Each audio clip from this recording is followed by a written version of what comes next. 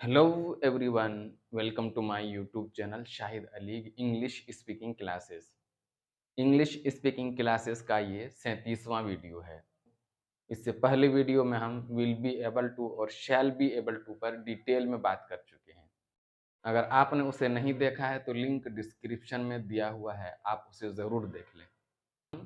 क्योंकि इस वीडियो में हम कुछ स्पेशल बात करेंगे और जानेंगे कि फ्लुएंट इंग्लिश बोलने के लिए हमें क्या करना पड़ेगा। अच्छी इंग्लिश बोलने के लिए हमें ग्रामर में क्लियरिटी लानी पड़ेगी और ग्रामर में क्लियरिटी कैसे आएगी, वो अब तक जो आपने ग्रामर पढ़ा है उसको रिवाइज करने से आएगी। और ग्रामर में इस तरह क्लियरिटी लानी पड़ेगी कि वो ग्रामर जो आपने पढ़ा है वो टिप ऑफ द टन होना चाहिए, यानी आपकी ज़बान पर होनी चाहिए। तो ग्रामर रिवाइज करने का हमें वो तरीका अपनाना पड़ेगा जिसको अपनाने से ग्रामर हमारे दिमाग में सेट हो जाएगा। अब तक जितना ग्रामर पढ़ा है उसकी एक पिक्चर हमारे माइंड में सेट हो जाए। ग्रामर आपके माइंड में सेट हो जाने की वजह से क्या होगा कि आपको बोलते वक्त इंग्लिश को सोचना नहीं पड़ेगा। अगर आप सोच-सोच के बोलेंगे तो फिर वो बहुत स्लो इंग्लिश होगी। और जब ग्रामर आपके माइंड में फीड हो जाएगा और उसकी एक पूरी पिक्चर आपके सामने होगी, तो फिर आपको कुछ सोचना नहीं पड़ेगा। जो जहाँ जो बोलना है वैसे ही बोलेंगे, इससे आपकी फ्लो बढ़ जाएगी। तो ग्रामर रिवाइज़ करना का ऐसा कौन-सा तरीका है, जो हमें ग्रामर में इतना ज़्यादा क्लियरिटी ले आएगी? तो आज हम उसी तरीके को बतलाएँगे, जिसको करने से ग्रामर अब बिल्कुल क्रिस्टल क्लियर की तरह हो जाएगा। बिल्कुल ग्रामर आपके माइंड में फीड हो जाएगा और उसकी तस्वीर आपके माइंड में सेट हो जाएगा। तो इस वीडियो को देखने से पहले आप लेसन नंबर 20 देखिएगा, क्योंकि ये उसी का सेकेंड पार्ट है। तो लेसन नंबर 20 में जो उस वक्त तक मैंने पढ़ाया था, वो सब उस वीडियोस में बताया है, जो उसको आप ग्रामर को कैसे याद करेंगे और रिवाइज करने का क्या तरीका है।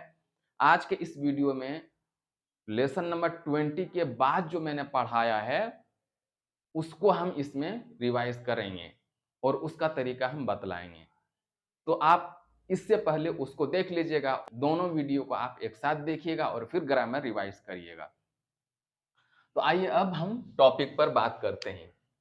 इससे पहले हम वीडियो में हम और टू तक पढ़ा चुके हैं और उसका रिवाइज का तरीका भी हम उसमें बता चुके हैं।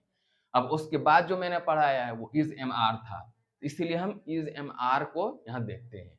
इज एम आर का मीनिंग क्या है? इसका मतलब है, एम का मतलब हूँ, आर का मतलब है। यहाँ मैंने सिर्फ इंग्लिश लिखा है, लेकिन आपको हर सेंटेंस का मीनिंग भी लिखना है। मैं अभी सेंटेंस का मीनिंग बोलता जाऊँगा, आप उसको लिखेंगे, उसके बाद आपको याद करना है। जैसे ही इज़ अ बॉय, वह एक लड़का है। He is not a boy, वह एक लड़का नहीं है। इज़ ही अ बॉय, क्या वो एक लड़का है? Is he not a boy, क्या वो एक लड़का नहीं है? इन सब का आप मीनिंग लिखेंगे। इसी तरह एम है, आई एम अ बॉय, मैं एक लड़का हूँ। I am not a boy, मैं एक लड़का नहीं हूँ। एम आई अ बॉय, क्या मैं एक लड़का हूँ? Am I not a boy, क्या मैं एक लड़का नहीं हूँ? अब इसके बाद आर से करेंगे। दे आर बॉयज, वे वे लड़के हैं। दे आर नॉट बॉयज, वे लड़के नहीं हैं। आर दे बॉयज, क्या वे लड़के हैं? आर दे नॉट बॉयज, क्या वे लड़के नहीं हैं? अब इसके बाद वॉज का मीनिंग क्या है? था। ही वॉज अ बॉय, वह एक लड़का था। He was not a boy, वह एक लड़का नहीं था। वॉज ही अ बॉय, क्या वह एक लड़का था? Was he not a boy, क्या वह एक लड़का नहीं था? उसके बाद वर का मीनिंग क्या है? थे। देवर बॉयज, वे लड़के थे। देवर नॉट बॉयज, वे लड़के नहीं थे। वर दे बॉयज, क्या वे लड़के थे? वर दे नॉट बॉयज, क्या वे लड़के नहीं थे? अब उसके बाद विल बी का मीनिंग क्या है? होगा या बनेगा। ही विल बी अ बॉय, वो एक लड़का होगा। He will not be a boy, वो एक लड़का नहीं होगा। Will he be a boy, क्या वह एक लड़का होगा? Will he not be a boy, क्या वह एक लड़का नहीं होगा? हैव का मीनिंग क्या है? पास है या रखता है। ही हैज अ बुक, उसके पास एक किताब है। ही हैज नो बुक, उसके पास किताब नहीं है। हैज ही अ बुक, क्या उसके पास एक किताब है? हैज ही नो बुक, क्या उसके पास किताब नहीं है? अब हैव, दे हैव बुक्स, उन लोगों के पास किताबें हैं। दे हैव नो बुक्स, उन लोगों के पास किताबें नहीं हैं। हैव दे बुक्स, क्या उन लोगों के पास किताबें हैं? हैव दे नो बुक्स, क्या उन लोगों के पास किताबें नहीं हैं? अब हैड का मीनिंग क्या है? पास था या रखता था। ही हैड अ बुक, उसके पास एक किताब थी। ही हैड नो बुक, उसके पास किताब नहीं थी। हैड ही अ बुक, क्या उसके पास किताब थी? हैड ही नो बुक, क्या उसके पास एक किताब नहीं थी? विल हैव, पास होगा या पास होगी। He will have a book, उसके पास एक किताब होगी। He will have no book, उसके पास किताब नहीं होगी। Will he have a book, क्या उसके पास एक किताब होगी। Will he have no book, क्या उसके पास किताब नहीं होगी। हैज टू और हैव टू का मीनिंग क्या है?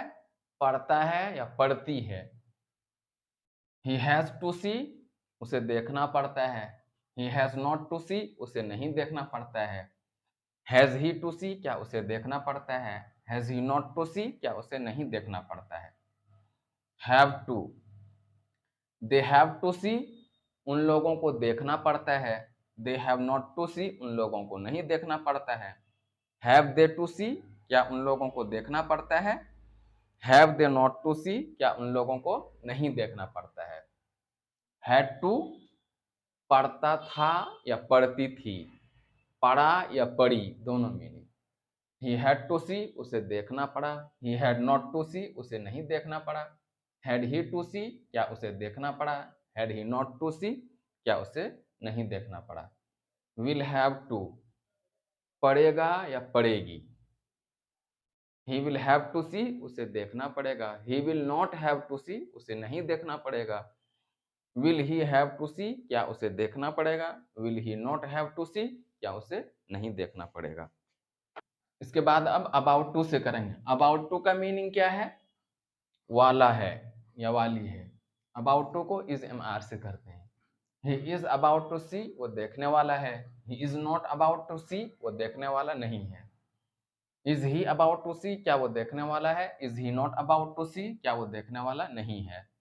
अब एम से, I am about to see, मैं देखने वाला हूँ। I am not about to see, मैं देखने वाला नहीं हूँ।